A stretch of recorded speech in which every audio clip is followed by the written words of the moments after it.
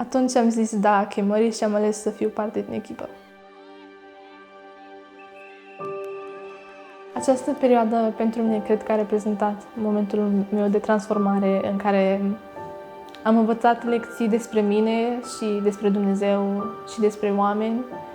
și în care m-am hotărât să iau alegeri personale care să-L onoreze pe Dumnezeu, nu pentru că așa am fost învățată sau că așa mi s-a spus, ci pentru că am văzut mâna Lui în viața mea și am ales să iau alegeri bazate pe ceea ce își dorește El pentru mine. În anul 2016 a fost și anul în care eu urma să termin liceul și știam că îmi doresc să fac ceva cu viața mea și tocmai de aceea începusem să mă rog mult pentru un răspuns care să fie din partea lui Dumnezeu și să nu iau decizii bazate numai pe ceea ce vreau eu, dar și pe ceea ce vrea Dumnezeu. După o perioadă îndelungată în care m-am tot rugat și examenele de sfârșit de an se terminaseră,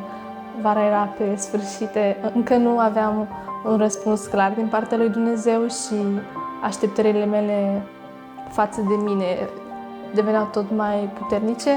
așa că m-am decis să iau un pas înapoi și să vizitez o parte din familia mea care locuia în altă țară. Faptul că m-am detașat puțin de oraș și de așteptările pe care le aveam față de mine m-a ajutat mult și am putut să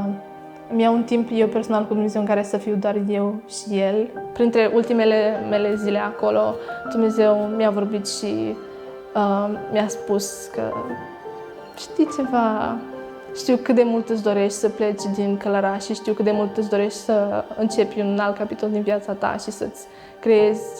viața ta cu ideile tale și toate lucrurile pe care ți le dorești, dar deocamdată aș vrea ca tu să mai rămâi puțin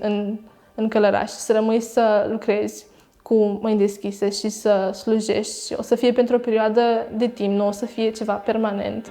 dar aș vrea ca asta să fie următoarea perioadă din viața ta, pentru că vreau să te folosesc pe tine și prin tine să ating alte vieți ale oamenilor.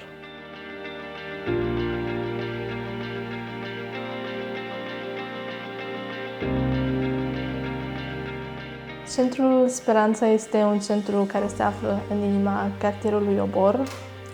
Acest cartier se află într-o zonă foarte săracă din orașul Călăraș, iar noi, echipa centrului, încercăm să investim în educația copiilor și să învățăm să aleagă educația și să creadă că Dumnezeu a creat cu un scop și că nu sunt născuți la întâmplare. Aici avem program de grădiniță, after school, program spiritual, mese și joacă. Pe mine copiii m-au învățat cum să joc volei toată ziua și să joc elasticul. Chiar în primele luni în care am început să lucrez, aici am avut o experiență cu o fetiță cu care lucram. Era clasa 0, era parte din grupa de clasa 0 și încercam să învățăm litere și cifre și toți ceilalți colegi ai ei făceau progrese vizibile, dar ea mi se părea că nu ajunge la un punct în care să poată să se descurce singură și chiar speram ca Dumnezeu să facă ceva în viața ei până când urma să ajungă în clasa 1 și ceva să se întâmple. Și ceea ce mi era și mai greu era că simțeam că nu pot să mă conectez cu ea, deși încercam să o iau în brațe sau să-i spun că o iubesc, că e apreciată, totuși simțeam un zid față de ea, dar am sperat că Dumnezeu o să lucreze și în inima ei și El care a lucrat și într-o zi de nicăieri s-a întors de la școală și a venit aici la centru și a venit la mine alergând și m-a luat în brațe și mi-a spus: Ana, te iubesc! Am văzut că ușor cu ușor Dumnezeu poate să facă ceva. A reușit să facă față la clasa 1, s-a descurcat foarte bine, a învățat să scrie și să citească, să facă felicitări. Cred că mulți din copiii de aici din cartier cumva se luptă cu sentimente de singurătate sau poate și un lucru destul de comun ca ei să se simtă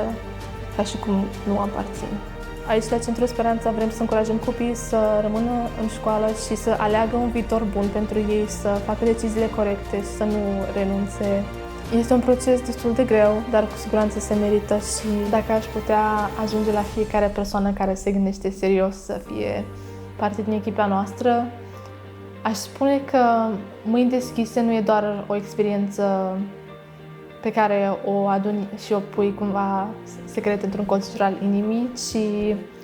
Mâini Deschise devine un stil de viață și standardele echipei devin standardele tale personale pe care le trăiești. Din experiența mea, nu am privit membrii echipei cu care am lucrat ca fiind colegi de lucru,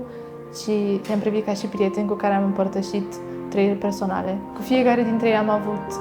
fie glumele noastre secrete sau pasiuni comune sau set de valori care ne aduceau mai aproape și multe încurajări și rugăciuni spuse în momente de nevoie. În ultima vreme, echipa noastră a pus accentul pe a fi o familie mai mult decât a fi o echipă, de aceea vă încurajez să faceți parte din echipa Mâini Deschise.